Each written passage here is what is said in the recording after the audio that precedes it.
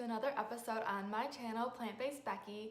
If you're new here, I am so excited to have you, and if you are returning, thank you again for watching today.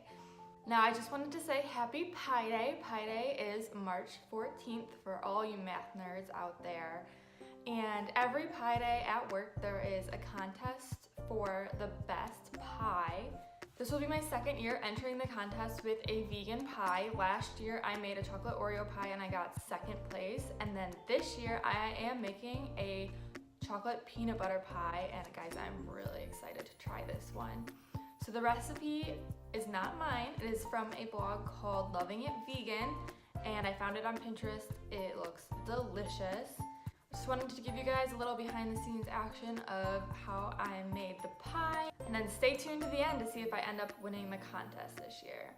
Just as a side note, pies are one of the easiest desserts to make vegan. A lot of the fruit pies in grocery stores are actually vegan if you look at the ingredients. So to make a vegan pie just really isn't that difficult. So let's get started.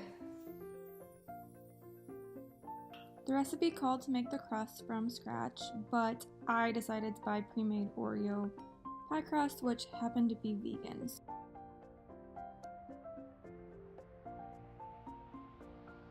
The base of the pie starts with cream of coconut, which has to be chilled in the refrigerator, and you'll just take the solid part of the cream of coconut out of the can and leave the watery juice behind.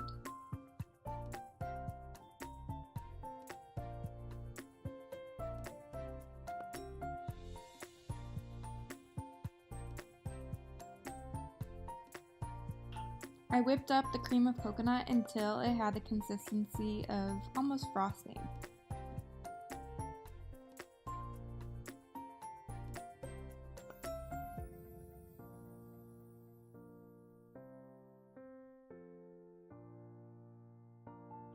The next step is to add in the peanut butter and a lot of it.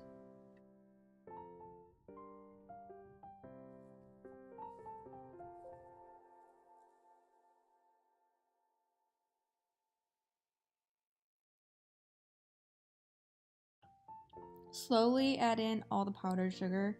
This can be a pretty messy step if you don't do it slowly.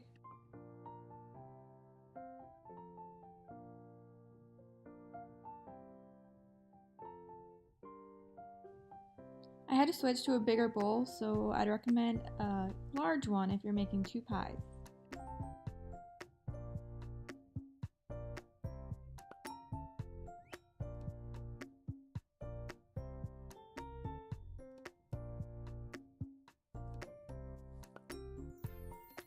I tried to divide the batter evenly between the 2 pies, and I pressed down softly. Be careful because the pie crust can break on this step if you press too hard.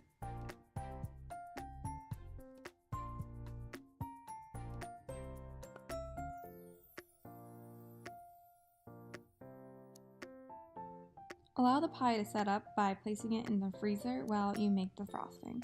It shouldn't need to stay in there long because it's pretty thick.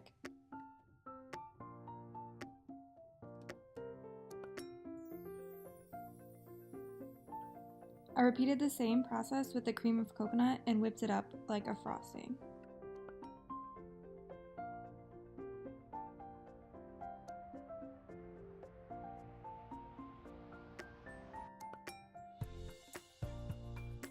The frosting also needs cocoa powder and powdered sugar, and then mix that all together.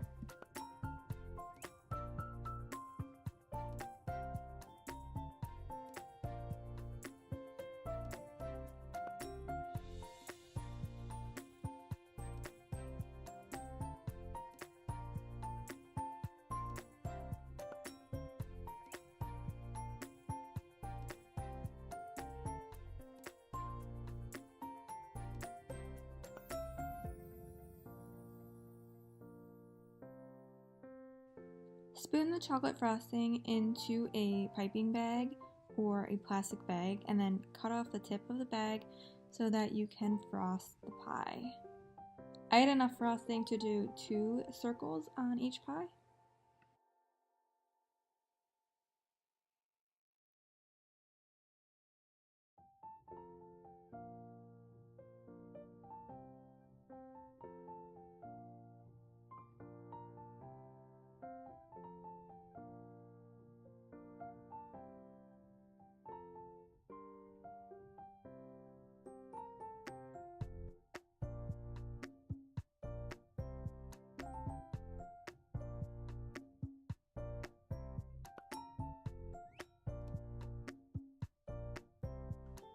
I melted down just a little bit of peanut butter to drizzle over the top of each pie.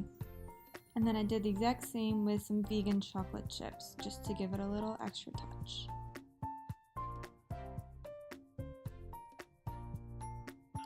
Here's the end product. They ended up turning out pretty fantastic looking.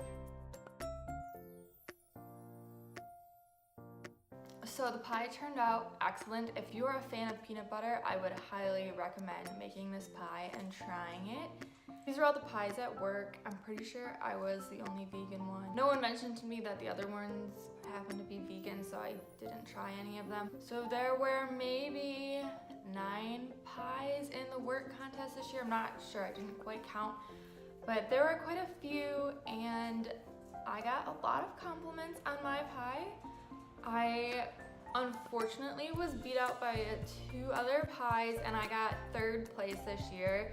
The 2 pies that beat mine were key lime and banana cream, and I just didn't really know that those were flavors of pie people liked. I've tried key lime before and I thought it was disgusting.